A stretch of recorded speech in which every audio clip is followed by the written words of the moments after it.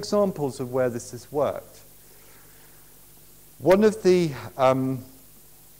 big deals that came as a result of my approach was to do with a large networking company.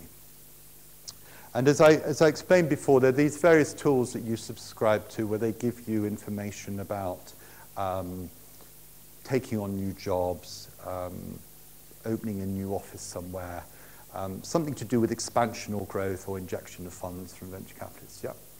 And we saw that with this large networking company, they'd opened a massive office in the Northeast. So I did my bit, and I called and it wouldn't have been CEO because they're an American company, so it would have been something like the VP of EMEA and something like that, and said, we noticed with interest that you'd opened this large office, clearly going to be a number of jobs. And I was promoting the Hoskins project, which was project management. And yes, and who would be the right person to speak to? So they gave me the name, and as a result of that, that account grew to $2 million. So just give you some idea of how large if you like, for want of a word, a conversation that was started from cold could grow to. And what was interesting, I remember that the salesperson said at the time that when he was working with that organization was that they thought that he had been an internal referral.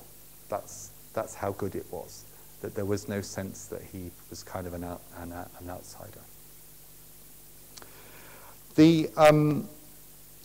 Another good story on this, to give you a sense of the power of getting to the top, is that when I first started out on my own, I was working with a company that sold customer relationship management software.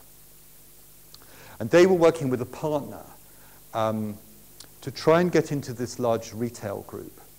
And the partner was just not progressing very, very well with this deal. And it was 2 years, and the global VP of Europe was saying, come on, when is this deal going to close? So they said to me, look, is there something you could do here and maybe get to the decision maker? So what I did was, in the spirit of what I explained, I did my research, and I found that this particular large retail group was running this massive customer relationship. It was a customer improvement or customer experience type initiative. So I rang the CEO's secretary and I said, I noted with interest you're doing this. Who's the director responsible for overseeing systems that support this initiative? So she gave me the name of this man, and she gave me actually his direct dial. In this case, I actually rang him up, and he answered.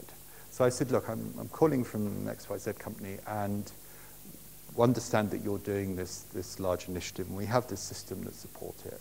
And could we have a conversation? So he said, well, where are you? And I said, well, we're in Marble Arch. So he said, well, we're in Baker Street. Do you want to come round for coffee? So it was quite a funny meeting because you can imagine, everyone was very excited. So the head of Europe went round and the technical director. It was this kind of a big meeting, sort of a bit heavy-sided. Anyway, to cut a long story short, they got the deal. So the deal was closed, and it was several £100,000s, was closed within 6 weeks after they had been trying to get into this company. And I'd just like to sort of end, if you like, on a personal story, which I think is quite interesting, because it will just give you a sense of, it kind of seals everything I've said, is that some years ago my father was very ill, and my mother had a problem with the phone trying to get through to the doctor's surgery. And as I'm going to honour the rules of this presentation, let's call it a large telecommunications company, was very remiss in sorting out the problem that my mother had. And it was one of these situations where the engineer comes around and kind of sucks air through teeth and goes, ooh, don't know about that, ooh, just have to wait until it crashes, madam, and then we'll see if we can sort it out. It was that sort of situation. And this went on for 3 months, and I said to my mother, we really need to get to someone really senior in this organization for something to happen. Now, this organization is very, very large. So she said, well, can you do it? And I was thinking, this is even going to be a challenge for me. So I thought, well, how can I do it? So what I did was I typed in customer services director for this particular company. And up came, it's almost like delivery from heaven, if you like, up came this PowerPoint presentation. And it was a PowerPoint presentation by this managing director of customer services to the board. And what it was saying was, and there were two slides that caught my eye. One was how we have to reduce repeatable problems with the customer. And of course, this was a repeatable cost. We've gone on for 3 months. And secondly, how we must make contact with our customers easier. And my mother could never get hold of the right person to sort this problem out. So I put a call in. And as you can imagine, this person was very senior. And I said, it's David Festenstein here. I'd like to speak to Mrs. X. And the switchboard person went, and you are? And I said, well, I'm David Festenstein, and I'm a customer, and I'd like to speak to her. And it is concerning? I said, well, it's to do with her presentation to the board. 1 minute, and I'll put you through. And she put me straight through, and it went straight through to the mobile. And this lady answered, and I said, and I did the whole tonal bit. I listened to the tone. Is this a good time? Yeah, it's fine, go ahead. I said, it's to do with your presentation to the board. And she said, oh yes, you could hear a gear change. It's always interesting. You know when you're okay when you get that yes, and then you say what it is, and the voice goes up again. You go, oh right, then you know you're okay. It's like a sort of permission to go ahead. So I said, well, I'm reading with interest about these two slides, and we had a little chat. And she said, so where's your interest? And I said, well, it's to do with my mother, and we've had this problem for the last 3 months. And clearly you want to honor these two things. Maybe you could. And she was absolutely brilliant. She said, I will get onto it straight away. It was almost like I mustered my whole task force. And I went down the gym, and I came back after lunch, and there was this call on there was a voicemail on my machine saying, Mr. Festenstein, the managing director has ordered me to sort this out. I have all the reports done. I promise you we'll have this sorted by 4 o'clock. And lo and behold, by 4 o'clock it was sorted. And the icing on the cake was that she called me back and said, Mr. Festenstein, I'm calling back just to see that we've sorted your problem. So the power of going to the top, rather than trying to work at lower levels within organizations, cut that time from 3 months down to whatever it was, 4 hours. Okay. I think I've said probably, there's loads of other stuff I could give you, but I think where are we now? If I can throw, how long do we have for Q&A? Okay, great. Okay, so if I can kind of throw this open to you. I think we have a mic, don't we? I have a mic, so if anybody has any questions, I'm going to pass the mic to you, and you can ask away. Anybody? Can ask questions about specific situations, please? So, pardon me. Hi, my name's Bob Brinchley. I work for a marketing agency which actually sells its services to B2B clients and helps them to sell. Okay. We spend a lot of our time actually trying to convince people that cold calling isn't actually the best way. Okay. In a way, though it does happen on right. occasion. Okay.